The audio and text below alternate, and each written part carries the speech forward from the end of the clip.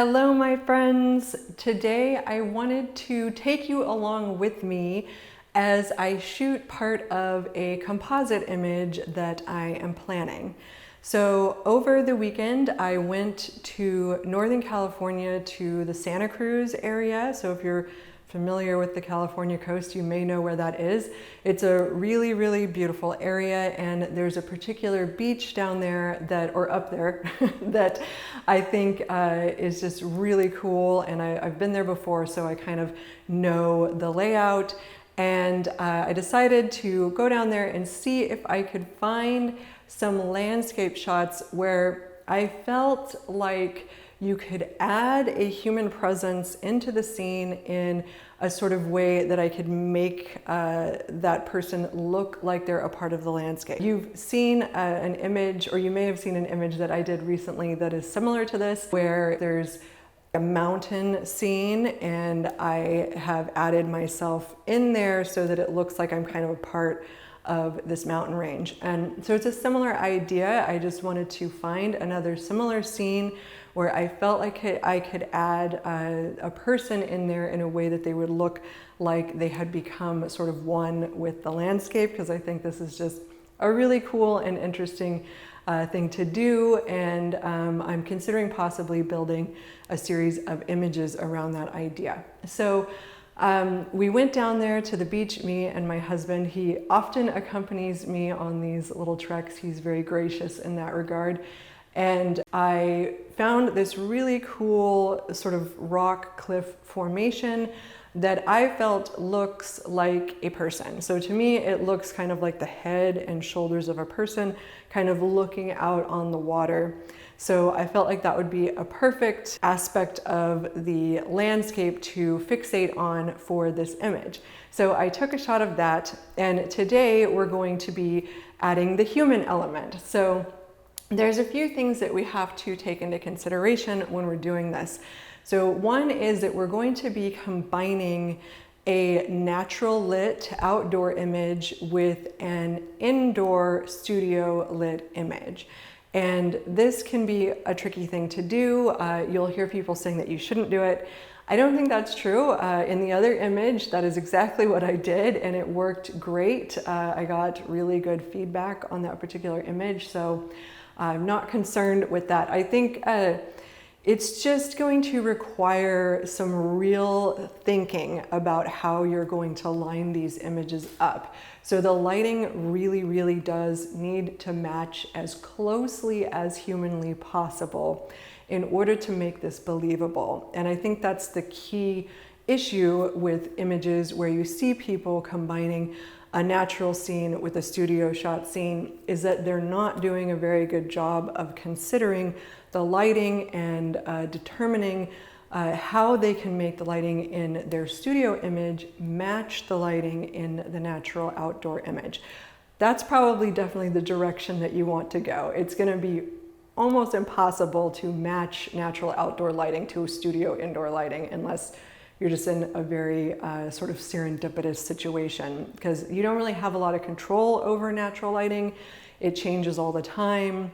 So, and that was definitely the case on this day. There were clouds in the sky and they were very quickly moving through the sky. So we were going from sort of heavy sunlight to totally overcast to somewhere in between very quickly. And that's something that I have absolutely no control over, and that no amount of assistance from modifiers is going to allow you to control. So that's why for me, it's easier to take the outdoor image first and then work up from there. And just in general, if you're building a composite, getting your background image first can really make your job a lot easier, because then you can just figure out how everything else in your scene is going to fit into that background image.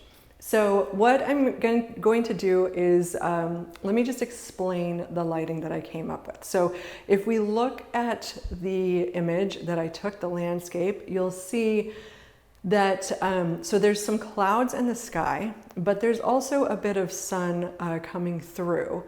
And because of that, there's actually a mixture of hard and soft light in this image.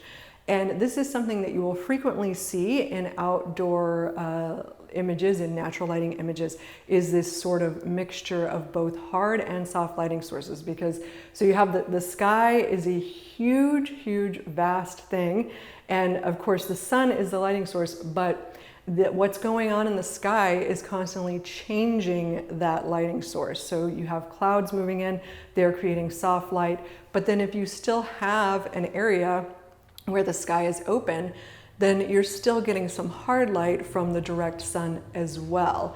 So how do we sort of replicate this kind of combination of hard and soft light? So that's what I was thinking about when I set this up. You also want to be concerned with the direction of the light. So I know that in my scene, the light is coming basically right off of the water, because this is later in the day getting towards sunset. So the sun is somewhat low in the sky, and it's right out over the water. I'm in California, so the sun sets in the west. So it's pretty much directly out over our coastline there. So that's kind of what I'm trying to emulate here. I'm going to be kind of facing this direction. If this is the water out here in front of me, the light was about where I have it positioned now. It's a little bit above me, but not too high because it's already dropping in the sky.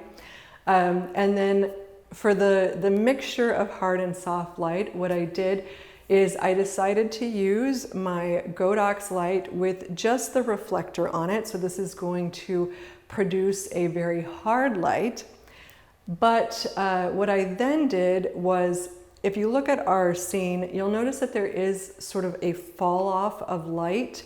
And the reason for this, I think, is because of the fact that there is that combination of clouds, and it seems like there's a little patch of sky directly above the sort of cliff that I'm focusing on that was open.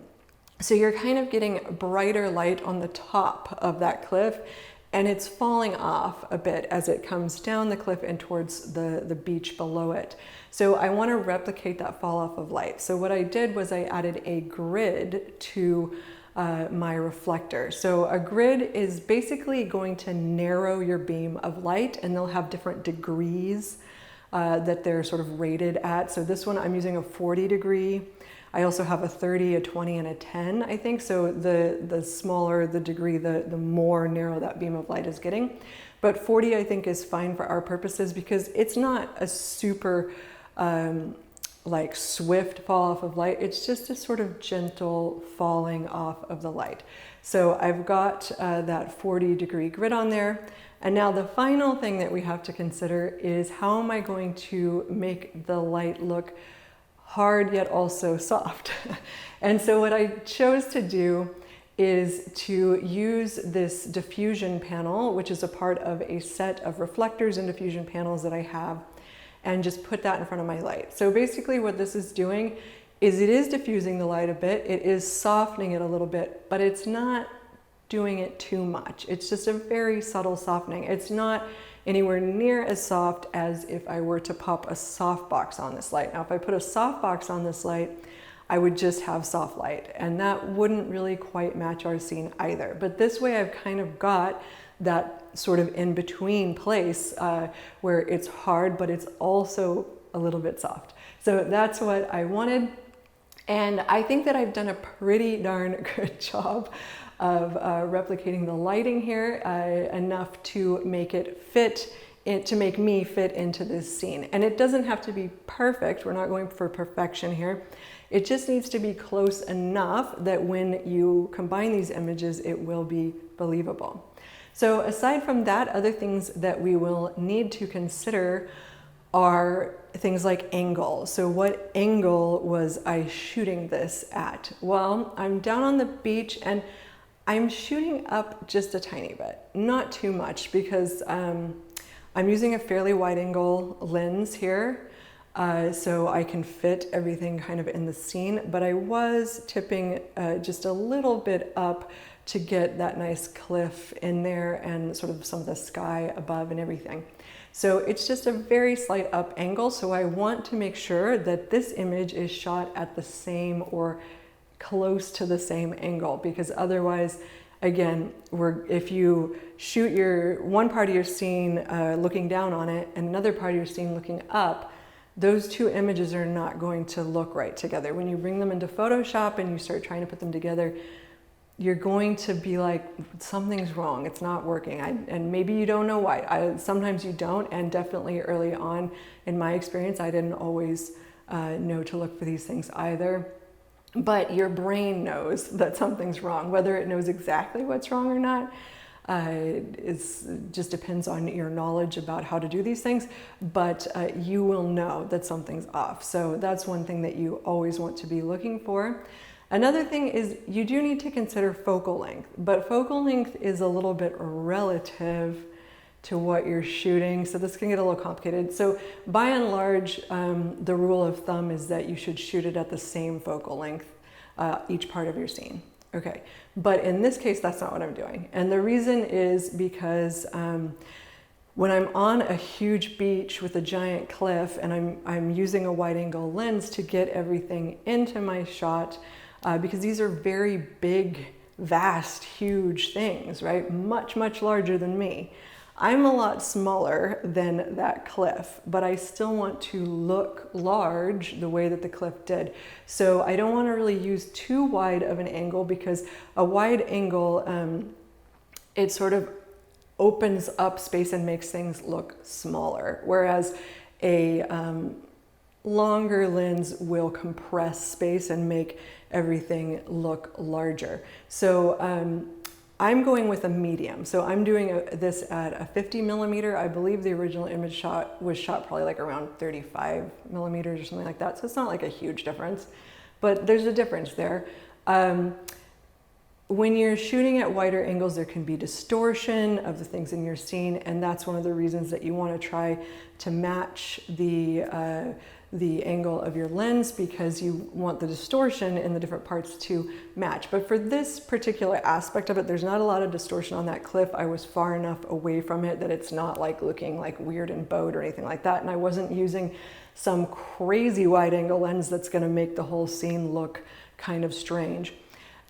So the 50 I think will work well, because actually as a portrait lens, the 50 does create a tiny bit of distortion. So in this regard, I'm kind of finding this in-between balance where I'm going to get me nice and big enough that I can fit in that frame without having to bring my camera directly smack in my face, which is important, because if I did that, if I put a 35 millimeter on here or wider, I'd have to bring the camera really close, and that would cause distortion on me that I'm not really seeing on those cliffs in the scene. So that could cause a problem. So this is just kind of my balance that I'm finding here. And it's something that the more you experiment with this stuff, the more you kind of learn what works and what doesn't work.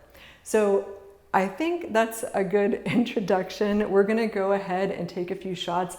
I've already set up my camera. I have my camera settings.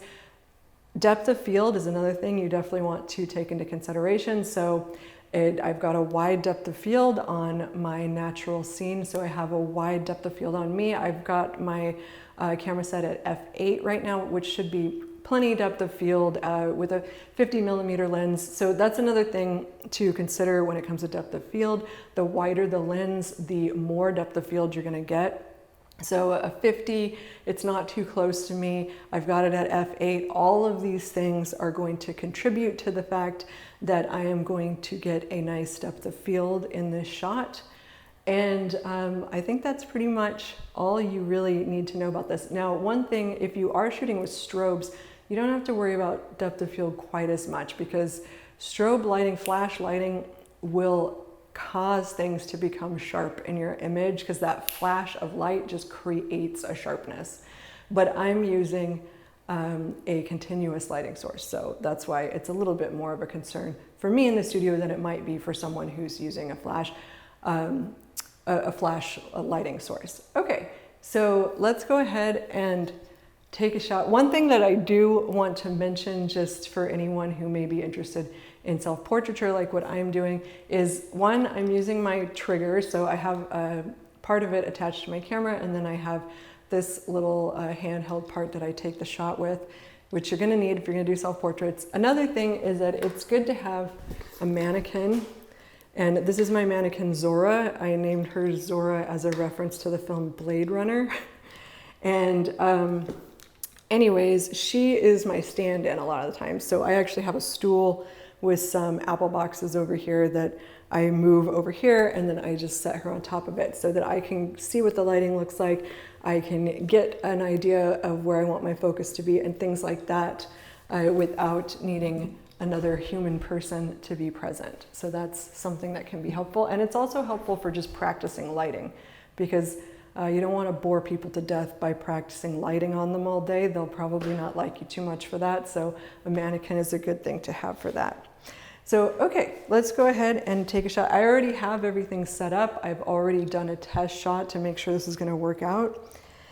And basically what I'm going to do is, this might muffle my camera or my microphone a little bit, but I'm going to kind of drop the straps of my shirt because I don't want to have black straps in my shot. Okay, and I've already decided where I'm going to be standing. A lot of times I put tape on the floor as a marker. And now we'll just go ahead and take a shot.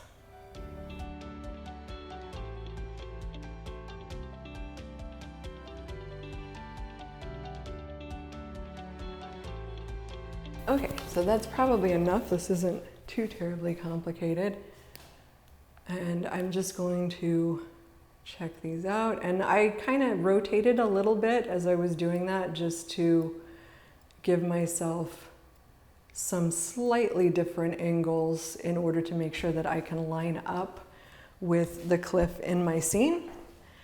And that's pretty much that. So I'm going to take these images and see if they work when I combine them together in Photoshop.